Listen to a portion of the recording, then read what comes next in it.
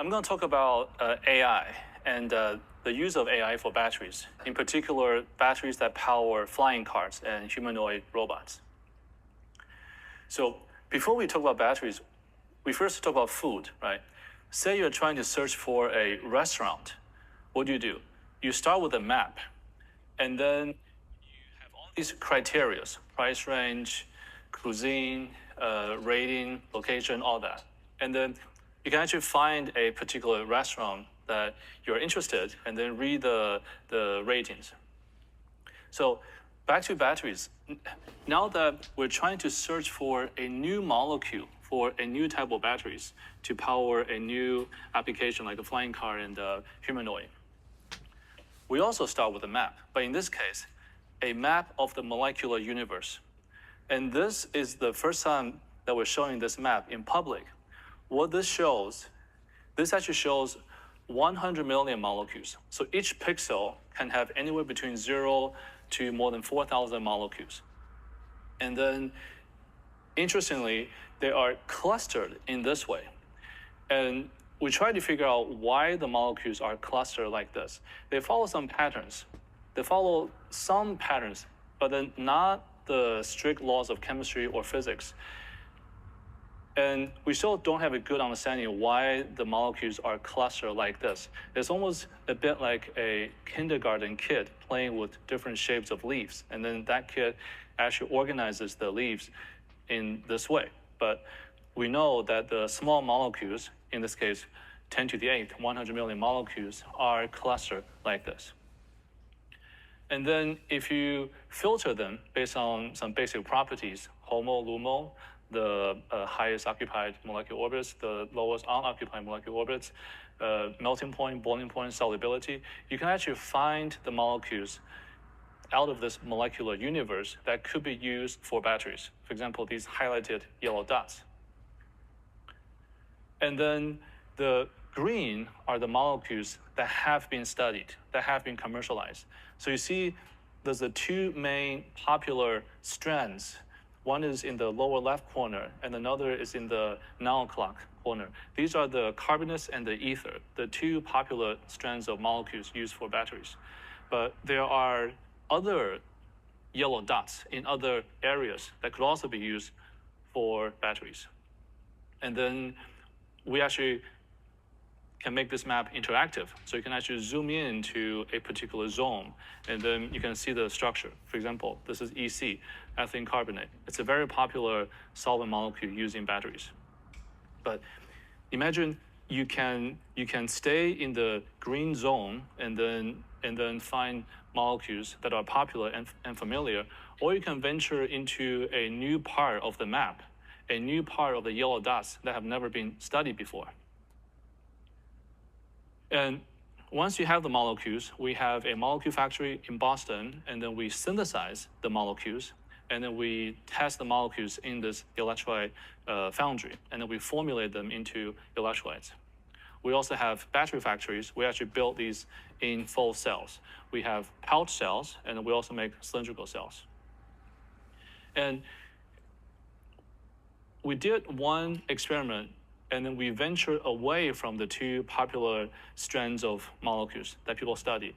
And then we found this red star, and then this molecule is different from the conventional carbonates or the ethers.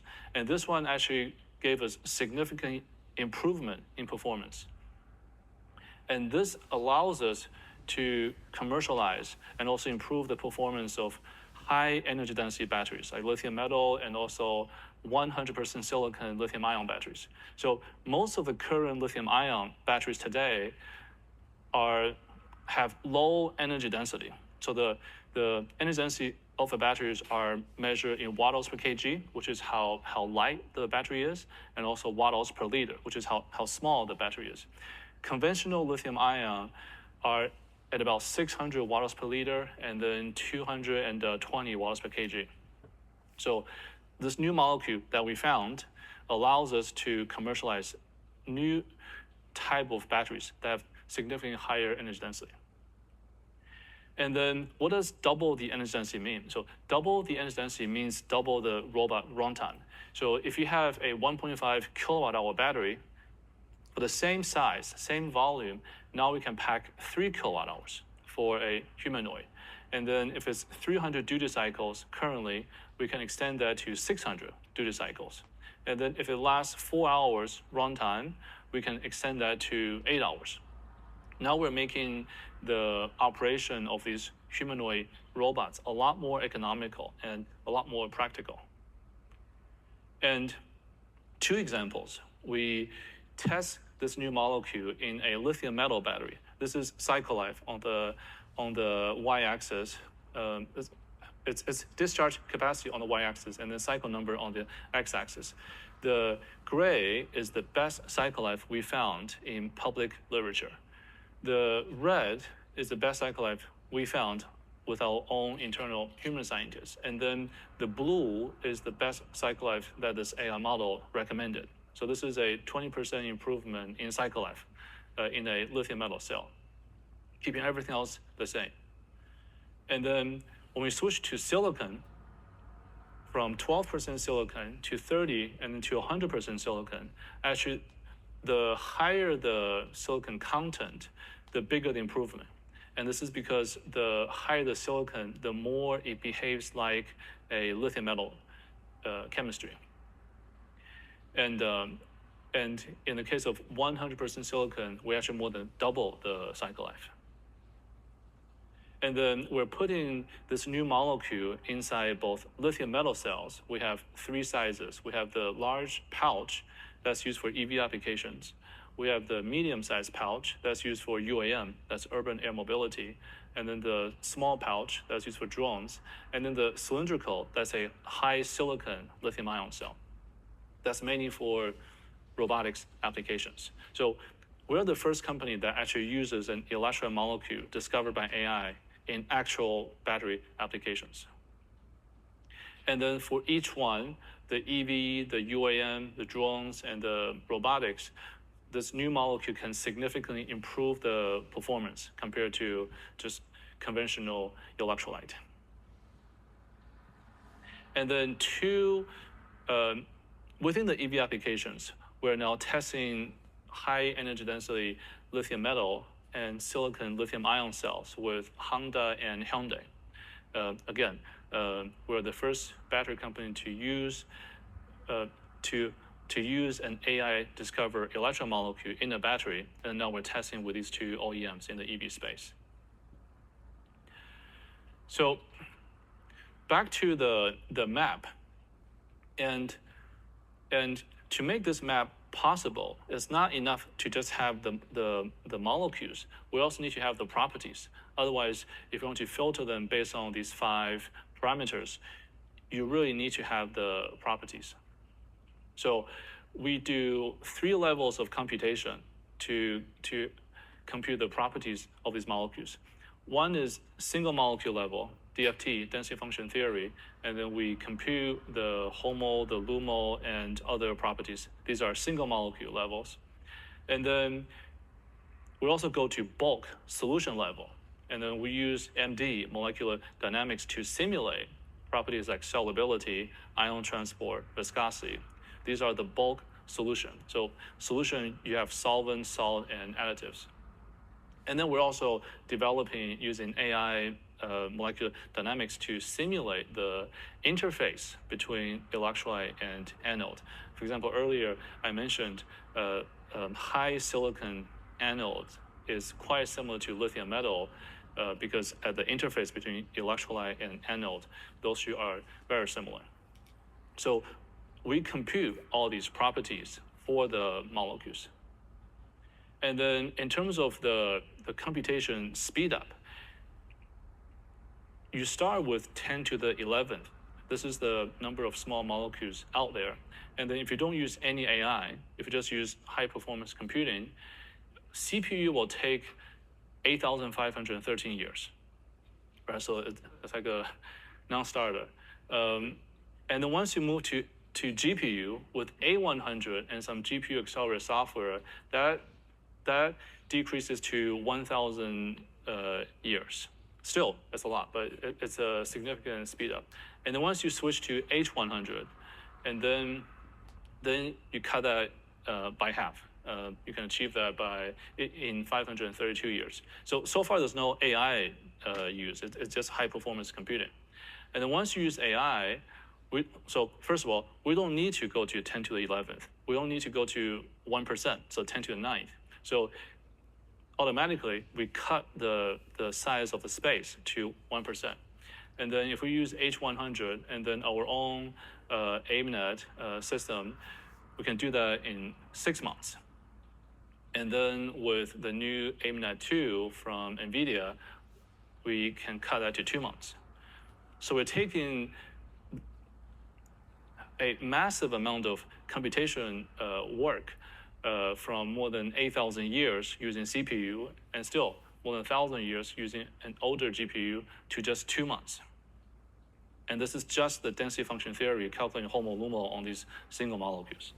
And then going forward, we're going to do the same for the solution level.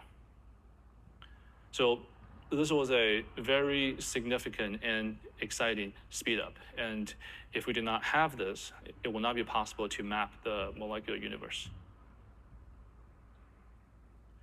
Now, so we have this map, and then we continue to add to this map. For example, we're adding more molecules, we're adding more properties to this map.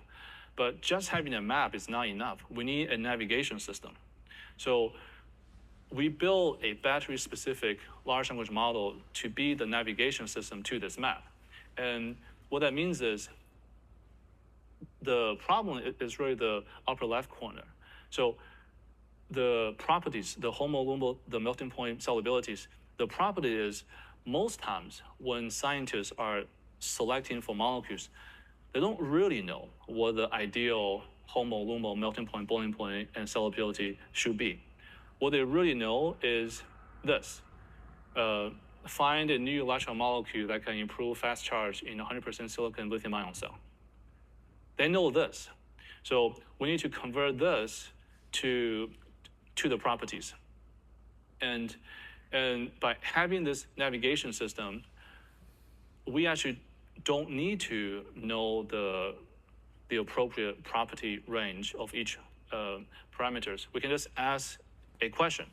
Improve the fast charge of my Tesla, or improve the low temperature cycling of my data center battery, or improve the lifetime, the runtime of my robot. So you can actually just ask this question, and then it is going to figure out the ideal, the suitable property range of the parameters. And then instead of filtering down through all the molecules, with this navigation system, we can pinpoint and find exactly where that new molecule will be.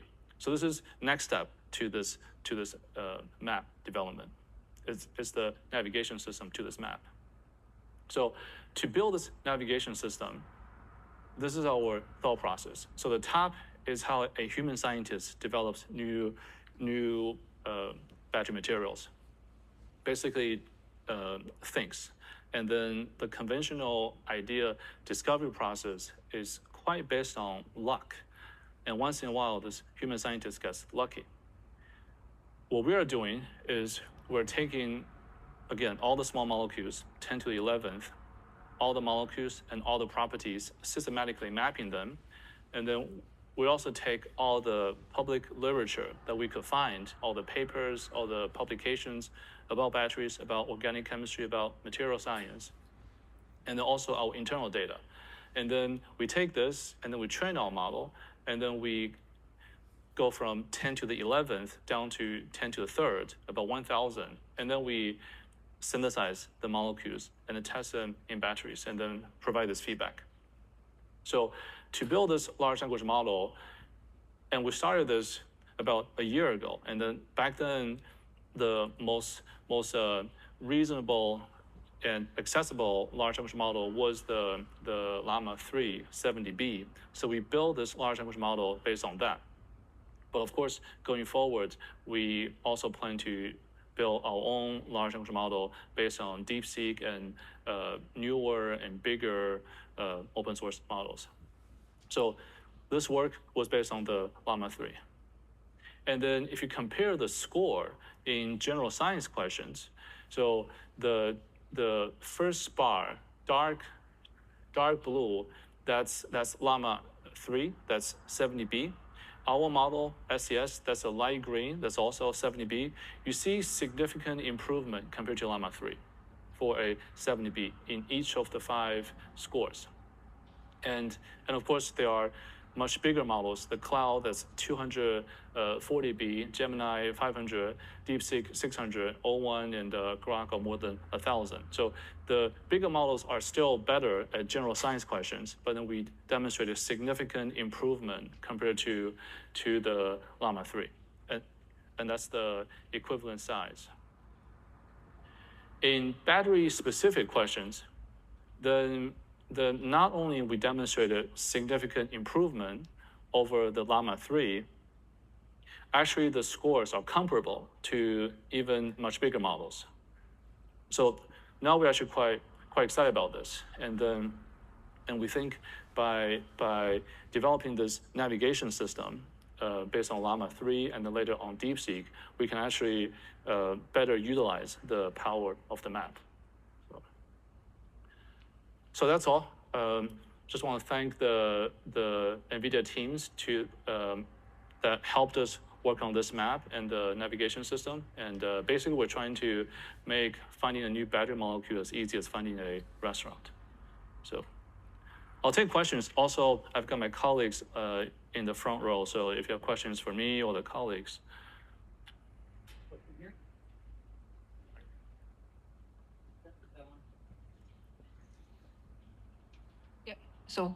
So my question is, when you have 10 to the power of 3 molecules, right, how do you test and validate it? Like, how does the testing process work?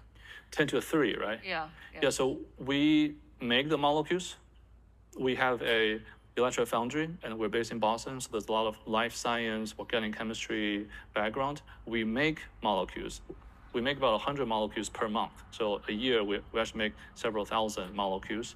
We make each one, and we formulate them into electrolyte, and then we build batteries. We're still a battery company, right? And then we test the batteries and then provide this feedback. Sorry? So the molecules, 100 new molecules a month. It's like more than 1,000 a year. And then the formula is like 1 order of magnitude higher than the molecules. So. Hi, I'm Emil, Zach from Bait. Quick question about how do you ensure consistency across the data when you do DFT calculations? So do you use just one functional for all molecules, or? Dan, you want to address that? Yeah, can you hear me? Or I can grab the mic. Yeah, sure. Hello? Oh, working. Okay, cool. Yeah, so in this case, for this, am I too close to this? We get feedback? Yeah, I got it. How's this? Okay. Yeah, so we use a single sort of functional and basis set across this space. In this case, all of these molecules are kind of coming from the same broad area of organic molecules. And so the errors are fairly consistent in the benchmarking that we've done. Obviously, if you wanted to scale this out to inorganic materials, transition metals, things like that, we would need to think about being a little bit more selective about which functionals we brought in and how to combine those results. But for now, we benefit from being able to apply the same basis set and functional across the data set.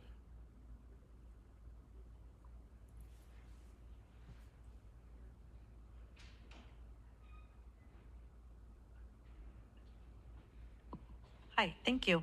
My name is Romina. My question is, can you elaborate a little more on how you built on Llama to get to your SES model?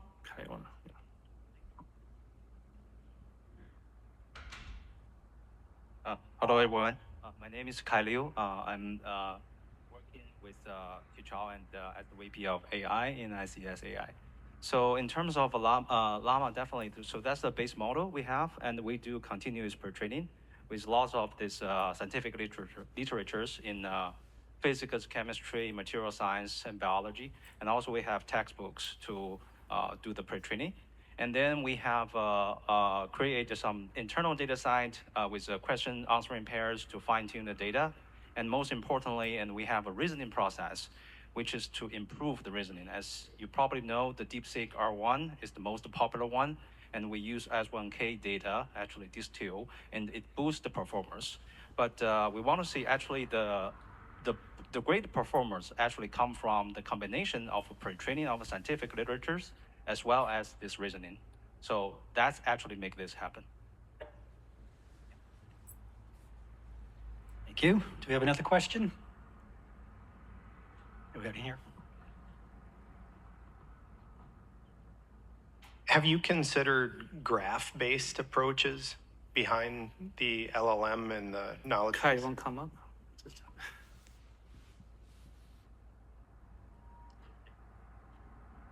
Okay, so sorry, the question is about the graph? Oh, yeah. That's a great question. So at the beginning, so we only take in charge of this, text-based information. But we have a generative model. Actually, we don't have time to show up. And we have a multi-model and basically learn from text to molecules, describe the chemical structure. And that can be served to give a good representation and learning from the knowledge, as well as generate the molecule from scratch.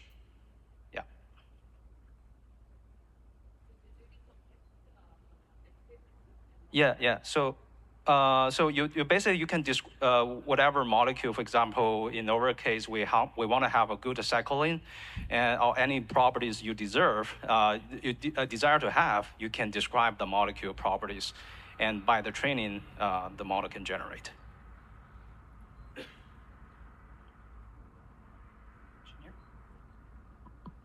Yeah, thanks for the great talk. In that generative approach, how do you map some of those noisy experimental measurements to molecular structures? Because it's like a long pipeline down from like DFT or like AI generated structures to measurements that you would actually take in the lab. Dan, you want to address that? Yeah, I can. Also come up. Sure. Yeah.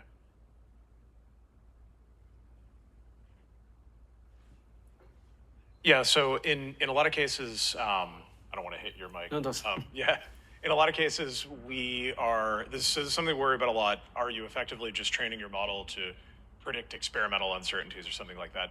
So there's it kind of depends where you're at in the pipeline, how we address that problem. So we do try to lean on sort of physics-based simulation data as far as we can take it in the pipeline. So for DFT, for molecular dynamics, you can be a lot more certain about the quantities you're estimating. So even if they're not accurate, you have a very good sense of where the inaccuracies are. For things like experimental data, like melting point and boiling point, for example, a lot of times you still are in the regime of needing to do some, let's call it old school data science on the targets, right? So in reality, we pull a variety of data sources for physical properties that you would measure in a lab. So that includes electrochemical stability windows, melting points, boiling points, et cetera.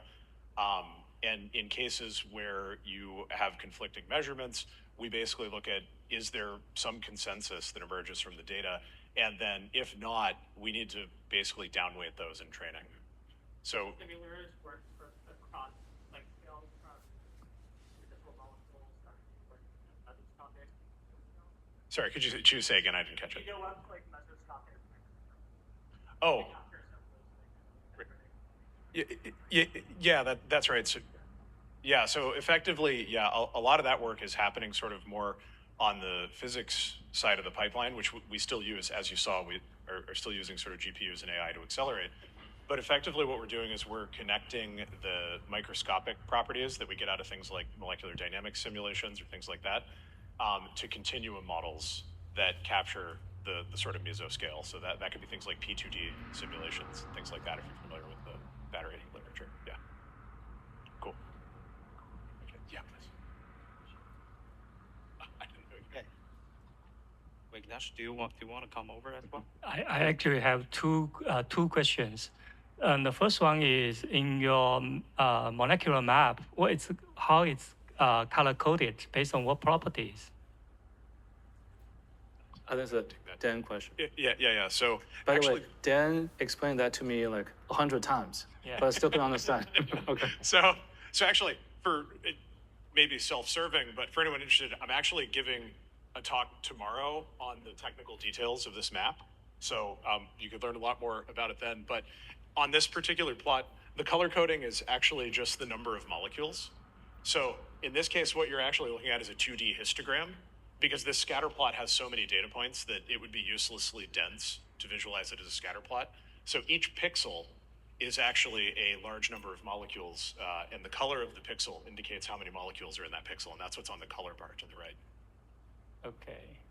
Okay, thank you. The second question is, I assume in your training data set, those millions of molecules are synthesized in different ways, right? Experimentally.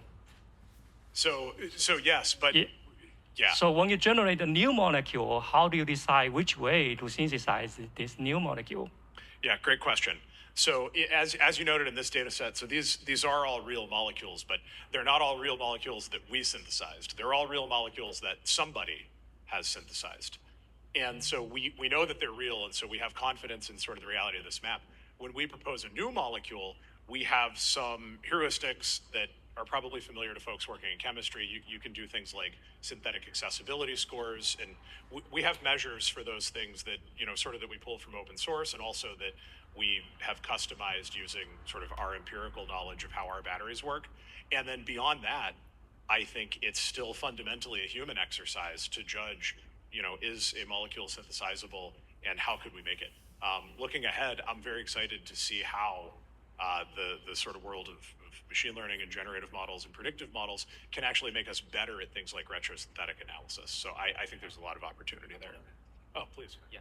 So this is definitely some generative model, machine learning model we develop. We have a reinforcement learning and diffusion model. And we can actually, would you mind to just speak a little bit about the rationale of generative model? Yeah, the goal basically is we don't want to limit ourselves to just the molecules available in the large molecule databases when we map the molecule universe. But we also want to generate molecules which potentially have favorable properties like the ones listed out over there. So basically guided generation of molecules which have favorable properties. And to be able to do so, we have reinforcement learning based autoregressive models, graph foundation models, diffusion models, which we use for performing de novo molecule synthesis.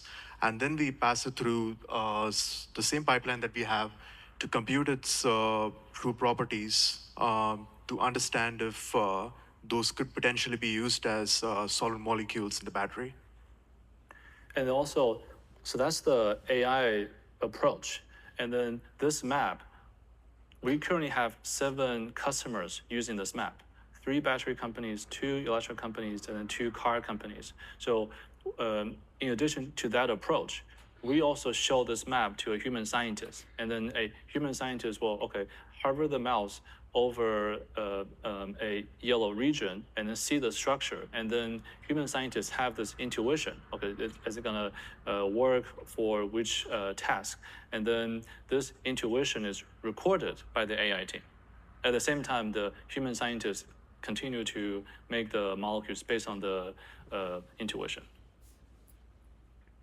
Hi, I have a question. My name is William, and I work in drug discovery. So we have similar problems, especially with predictive models trying to explore novel chemical matters. So I wanted to ask, how well do your models extrapolate to those areas that you haven't explored, and are you tracking some sort of Tanimoto similarity or other measure to tell, we have confidence in terms of our predictions? Yeah. So for example, in the customers we work with, say the melting point, right? The customers will give us, say, 50 molecules that are on this map, but we don't know the melting point. And then we will use this model to compute the melting point. And then the customers will give us the actual correct answer. And then if we are, say, plus or minus 20 degrees, 30 degrees, then we're way off. Then we need to improve that to plus or minus 10 degrees or even 5 degrees. So we do have this feedback. Can I have a little bit? Yeah. As well. Yeah, so to that question, I think that when you're looking at a data set like this, so this data set was generated using physics-based simulations, so using density functional theory.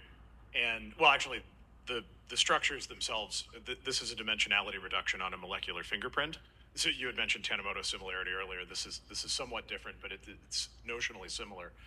The properties themselves come from DFT, which basically everything on this map seems to be handled reasonably well by the same set of DFT parameters. So the fact that our sort of molecular space of interest has kind of a well-defined set of properties allows us to build training data sets that sort of span this entire molecular space. But when it comes to actually training property predictors, right, that are operating on molecules like this, we do find that there are definitely domains of applicability in this data set.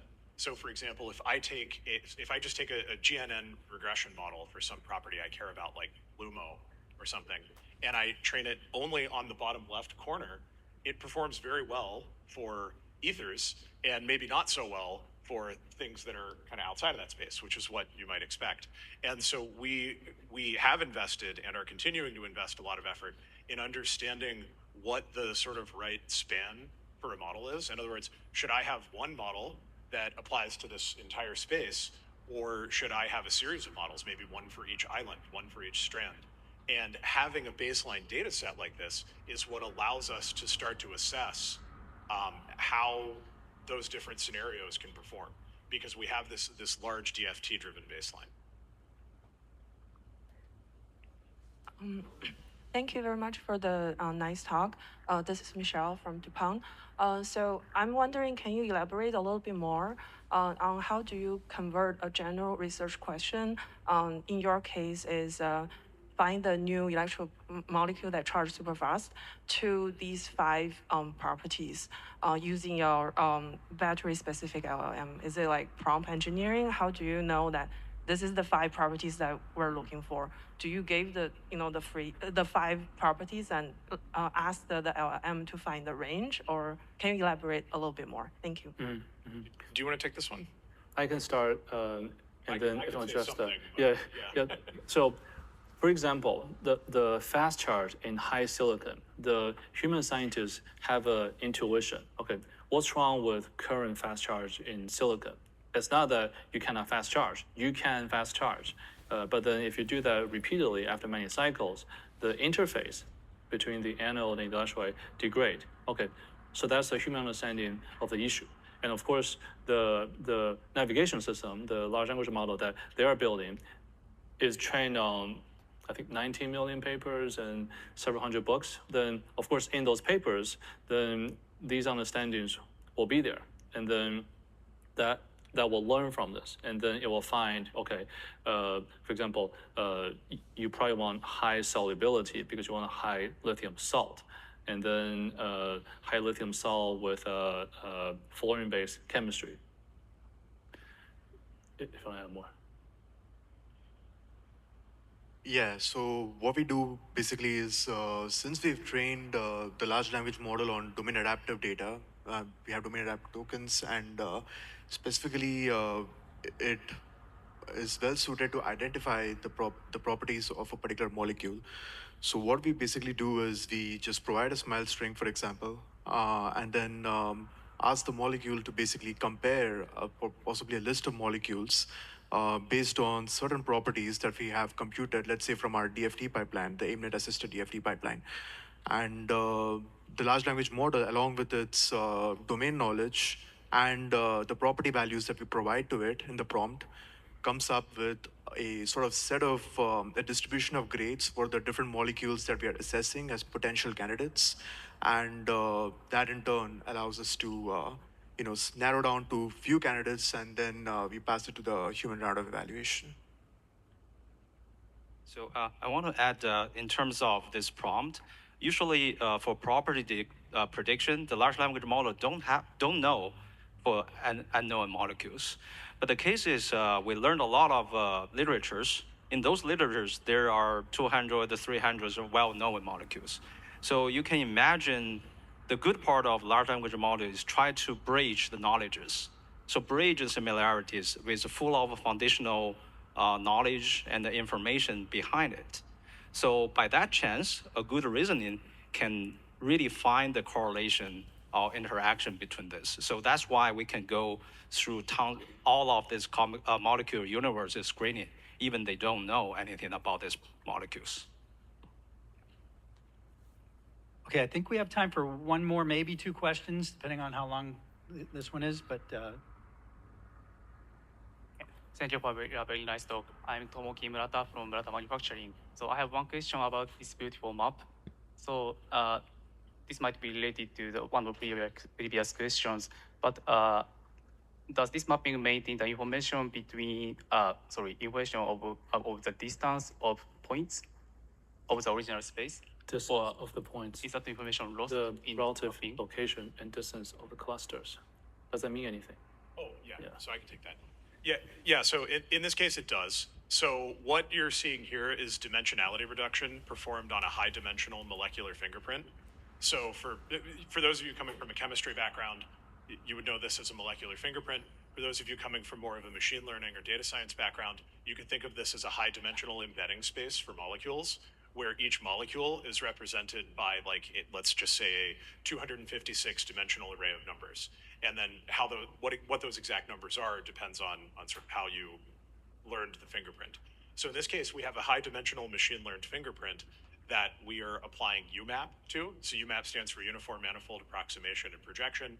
It's a fairly popular dimensionality reduction algorithm, and what it strives to preserve both global and local structure. So what that means sort of aspirationally is that when two data points are close together on this plot, they are similar in ways that are chemically meaningful. And when they're far apart, they're very different in ways that are also chemically meaningful.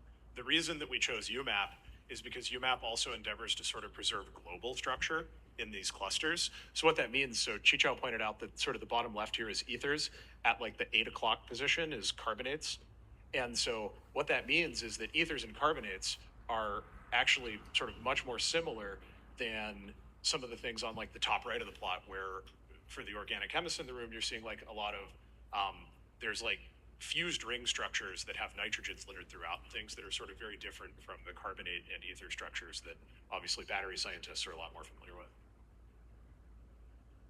okay, I think we'll do one more quick question, and that'll be our end of our time. I was just curious, in your DFT pipeline, are you using any deep learning frameworks that are actually specifically designed to represent the DFT, second quantization, couple cluster representation, like, Google Ferminet and some of these models? Right. So the answer for this particular data set is no, but we are interested in those approaches. So effectively, GPUs did play a huge role in generating this data set, but it was just to speed up like the standard sort of matrix math you do when solving DFT in the traditional way. We are very interested in approaches that effectively, like the problem we want to solve is, can we use machine learning to speed up SCF convergence? That would be really cool. We are actively looking into that, but it didn't play a role in this data set yet. But I'm very excited about that topic and would love to chat more about it if people have things to say.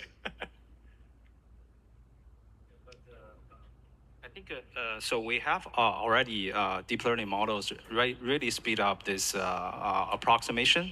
For example, homolomal predictions, ESP min max, and we have the model really to take care of this multitasking prediction. So with that, actually, I think we get a very good result so far. In the near future, we can definitely replace even both AIM-9.2 and DFT for calculations. Yeah. Okay, that concludes our time. I want to thank our presenter, Qichao, appreciate it, and our QA panelists. Thank you very much. And thank you all for joining.